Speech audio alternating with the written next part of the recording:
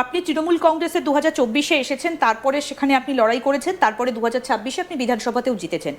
এই যে সময়টা রাজ্যে কিন্তু 2021-এর পর থেকে অনেকগুলো ঘটনা ঘটে গেছে। রেশন কেলেঙ্কারি, শিক্ষা দুর্নীতি, টেট দুর্নীতি, মানে এগুলো তো শিক্ষার মধ্যেই পড়ছে, এসএসসি টেট, তারপরে এই যে গরু পাচার, বালি পাচার, এই যে ঘটনাগুলো পরপর করে ঘটছে এবং তার মধ্যে একটা নাম ভীষণভাবে উঠে আসছে, সেটা হচ্ছে লিপস অ্যান্ড বাউন্স। এই যে জিনিসগুলো, এই সংগঠিত যে ঘটনাগুলো, আপনার মনে হয় এগুলো মমতা বন্দ্যোপাধ্যায় জানতেন না জানতেন না? দেখুন, প্রথম কথা হচ্ছে তৃণমূল কংগ্রেস 211, 12, 13 থেকে, মানে ওই একটা সংখ্যা ছিল কিছু একটা, সেখান থেকে নেমে এসে যে 80-তে দাঁড়িয়ে গেল, তার যদি অনেকগুলো কারণের মধ্যে সব থেকে বড় কারণ বলেন, আমি দুটো কারণ বলবো। একটা হচ্ছে আর.জি. কর মামলার সময় চূড়ান্ত ইনসেনসিটিভিটি, যেটা মানুষ একদম মেনে নেয়নি, এই দাবিয়ে রাখার ব্যাপারটা।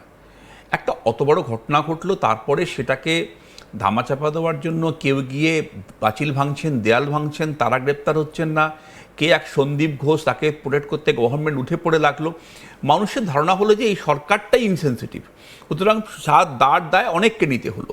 211-12 দিনের প্রার্থী হেরে অনেকে হারলেন, প্রায় 100-150 লোক হারলো। সবাই খারাপ ছিল না, জেতার মতোও ছিল।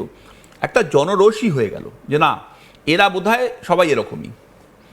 আর নাম্বার 2 যেটা আপনি মেনশন করলেন, সেখানে আসবো, ইনস্টিটিউশনাল করাপশন এবং তাকে প্রতিরোধ বা আটকানোর সদিচ্ছার বা ক্ষমতার অভাব। আমি বুঝলাম না যে একজন রাজ্যের প্রধান যিনি ছিলেন, তার কাছে তো সব ছিল।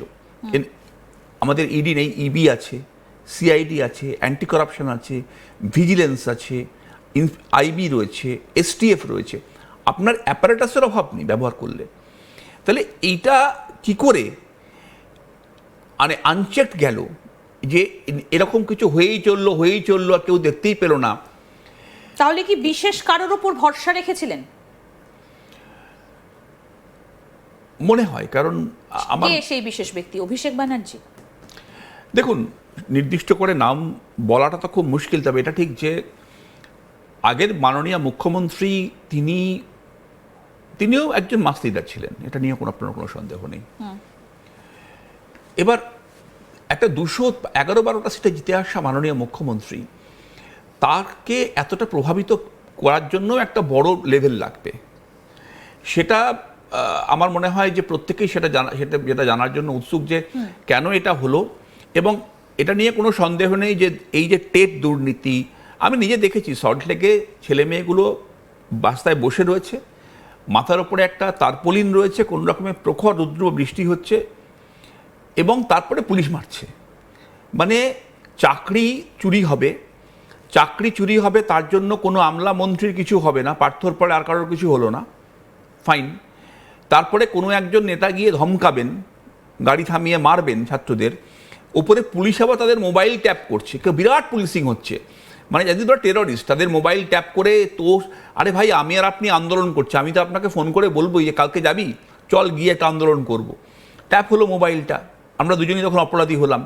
এই যে একটা মানে অদ্ভুত মাৎসন্যায় চললো, এটা না মানুষ আর মানল না কোনো একটা জায়গাতে।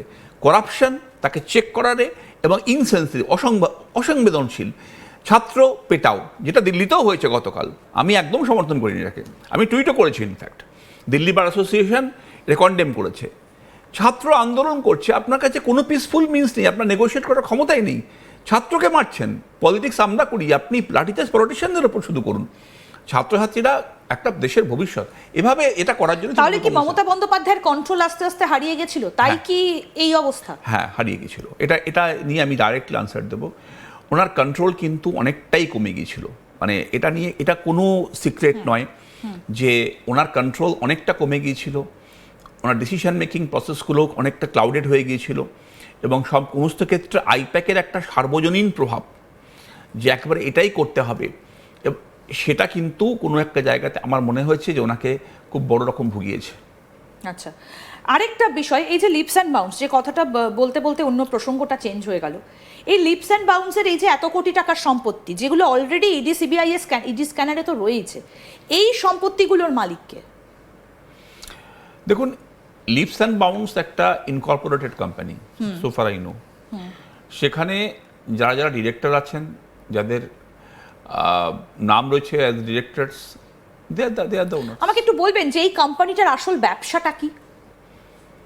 দেখুন, আমি তো এটা মানে খুব ডিটেলসে আমি জানি না ইনফ্যাক্ট, বাট অ্যাপারেন্টলি যেটা বলা হতো লিপস অ্যান্ড বাউন্স নাকি জল ম্যানুফ্যাকচার করতো। মানে একজন দুধে আইপিএস অফিসারের চোখ ফাঁকি দেবে এরকমটা হয় নাকি না, রাজ্যের কোনো ঘটনা? দেখুন, সেই চোখে তো আপনি এতদিন মানে রায়গঞ্জে যেদিন আপনি রেজিগনেশন দিয়ে আসলেন সেই দিন পর্যন্ত তো আপনার ওই পথটা ছিল এবং ওটা তো একদম। আপনি দেখেছেন। আপনি মানে এটা অ্যাবসলিউটলি সাউথ বেঙ্গল সেন্ট্রাল একটা বিষয়। উত্তরবঙ্গে যদি কিছু আপনি বলেন হয়তো আমি ডিটেলসে বলতে পারি একটু বেশি। হ্যাঁ, লিপস এন্ড বাউন্স মানে একটা জলের, আমি এই জন্য হ্যাঁ, আপনার কাছে জিজ্ঞেস করলাম, অস্বাভাবিকতা তো আছেই, জল সাপ্লাই করে এত কোটি টাকার সম্পত্তি অসম্ভব। মানে এটা এখানে কি করে সম্ভব? অলরেডি লিপস অ্যান্ড বাউন্সের প্রচুর সম্পত্তি ইডি অ্যাটাচ করে দিয়েছে। ইডি কখন অ্যাটাচ করে? যখন সেই সম্পত্তির যে সোর্স আছে সেই সোর্সটা ডিসক্লোজ করে না। তো আমার এটা নিয়ে কোনো গেনসেইং নেই যে লিপস অ্যান্ড বাউন্সের সম্পত্তি, সেই সম্পত্তিকে অ্যাকাউন্ট ফর করা যায়নি, নাম্বার ওয়ান। কোনো যদি অ্যাকাউন্ট ফর করা যেত যে আমি এই সোর্স থেকে এই টাকাটা পেয়েছি, তাহলে কিন্তু সমস্যাটা হতো না। সমস্যাটা এই কারণেই হচ্ছে যে লিপস অ্যান্ড বাউন্সে আরেকটা ডুবিয়াস কাজের মধ্যে যুক্ত হয়ে পড়েছিল। তা প্রমাণই হচ্ছে তাদের একাধিক মানে অ্যাসেটকে ফ্রিজ করে দেওয়া, এবং আমার মনে হয় কলকাতা হাইকোর্টের কোনো জাস্টিস এটা নিয়ে একাধিক অবজারভেশনও দিয়েছেন। এটা নিয়ে দের ইজ নো ডাউট। আমি যেটা বললাম জানি না, মানে জানি না, আপনি যদি বলেন যে তার এভরি ডিটেলস আমি জানি না, কিন্তু যেটুকু জানি সেটা খুব স্পষ্ট। Leaps and Bounds is a company, সেই কোম্পানিটা ডেফিনেটলি ইলিগাল কাজের সঙ্গে যুক্ত ছিল, এটা নিয়ে কোনো সন্দেহ নেই। বেশ, মানে একদম কমপ্লিট আনসার আপনার। একজন ফুল টাইম রাজনীতিবিদ, তার এত অভিযোগ তার বিরুদ্ধে কিভাবে উঠে আসতে পারে? অভিষেক বন্দ্যোপাধ্যায় তো একজন ফুল টাইম রাজনীতিবিদ, এবং তার উত্থান এত র্যাপিডলি আপনি পৌঁছতে পেরেছেন তার কাছে কখনো? না, he was beyond the reach of I think most of the persons. আর আমি তো কখনো 2026 ইলেকশনে জিতিনি, সুতরাং আপনি একজন ক্যান্ডিডেট কিন্তু আপনি পৌঁছতে পারছিলেন না তার কাছে। আপনি প্রচারে মানে ওই যখন আপনি টিকিট পাবেন তখন আপনি ডেফিনেটলি সবাইকে মিট করতে পারেন একবার। তারপরে যদি কেউ প্রচারে আসেন না, স্টার ক্যাম্পেনার মিট করতে পারেন, otherwise you don't have access. আচ্ছা, মমতা বন্দ্যোপাধ্যায়ের কাছে পৌঁছতে পারতেন? রিচটা কি ওই পর্যন্ত ছিল? দেখুন, প্রথম কথা উনি দলের সুপ্রিমো, দ্বিতীয় কথা উনি মাননীয় মুখ্যমন্ত্রী, অসম্ভব ব্যস্ত। আমাদের মতন লেভেল থেকে ওনাদের কাছে পৌঁছানো যায় না। ওনার কাছে ক্যাবিনেট মন্ত্রীরা পৌঁছতে পারতো কিনা সেটাই প্রশ্ন আমার। আমরা তো অনেক ছোটোখাটো বিষয়। মানে এই যে বিচ্ছিন্ন হয়ে যাওয়া, কারণ একজন এমএলএ বা একজন এমপি তো জনপ্রতিনিধি, বিচ্ছিন্ন হয়ে যাওয়া মানে এটা কবে থেকে শুরু হয়েছিল? আপনি শুরু 2024 থেকেই এটা দেখেছিলেন? দেখুন, আমি একটা কথা বলি, মানে আই ডোন্ট নো যে কবে থেকে শুরু হয়েছিল, কিন্তু 2018-19 পর থেকে যখন থেকে আইপ্যাক ঢুকলো, এর আগে না মানে অনেকটা বেশি আমি শুনেছি, তখন আমি পলিটিক্স করতাম না, হয়তো পলিটিক্স করতাম, তাদেরকে শুনেছি অ্যাটলিস্ট মাননীয় মুখ্যমন্ত্রী একটা হয়তো অ্যাক্সেসিবল ছিলেন।